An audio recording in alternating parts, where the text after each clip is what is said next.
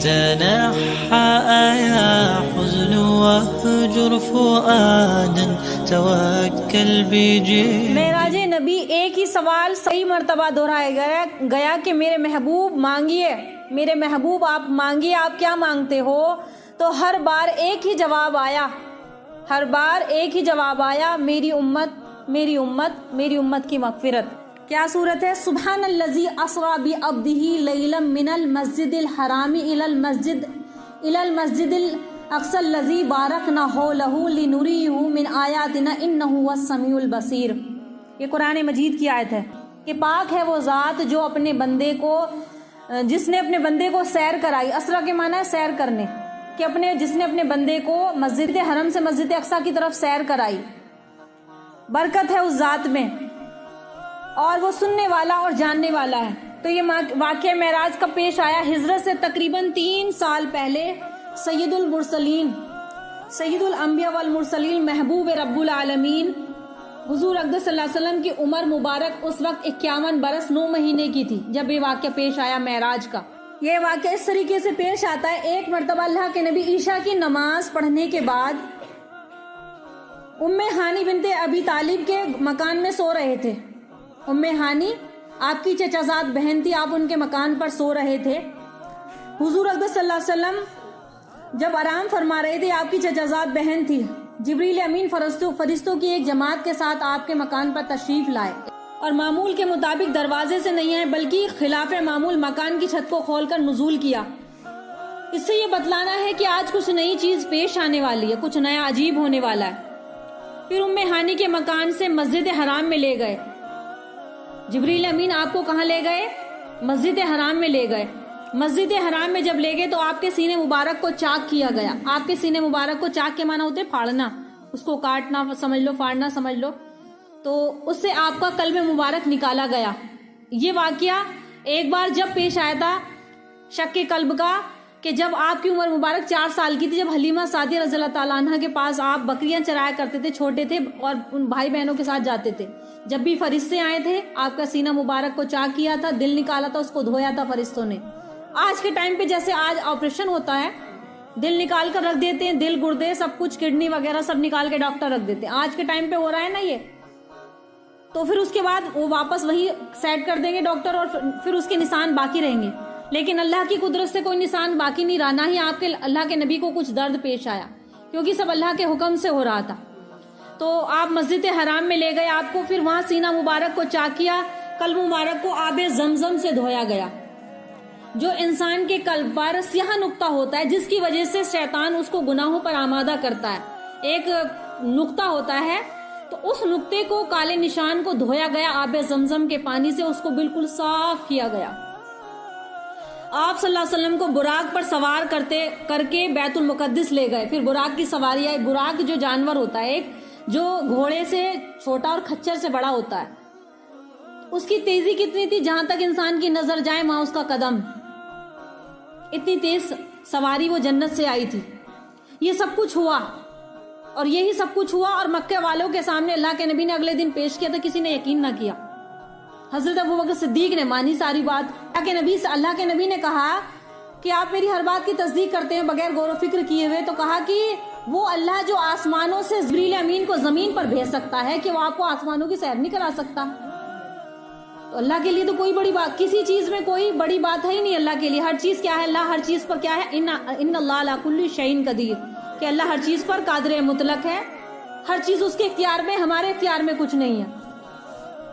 اس کے بعد کیا ہوتا ہے؟ جب آپ صلی اللہ علیہ وسلم بیت المقدس پہنچے، بیت المقدس کی میں نے فضیلت بہت بیان کی ہے. آپ صلی اللہ علیہ وسلم براق سے اترے اور جبریل امین نے براق کو ایک حلقے میں باندھ دیا. ایک پتھر تھا باہر، تو اس میں پتھر میں نشان کر کے اس کو مطلب وہاں پر اس سواری کو باندھ دیا. مسجد اقصی میں انبیاء علیہ الصلوۃ والسلام آپ صلی اللہ علیہ وسلم کے انتظار میں جمع تھے. تمام انبیاء اکرام اور فرشتے تب سب اللہ کے نبی کے انتظار میں جمع تھے، اور آسمان سے کچھ فرشتے بھی نازل ہوئے اور سب بستہ تھے. انبیاؤں کی امامت کرائی اسی مسجد بیت المقدس میں.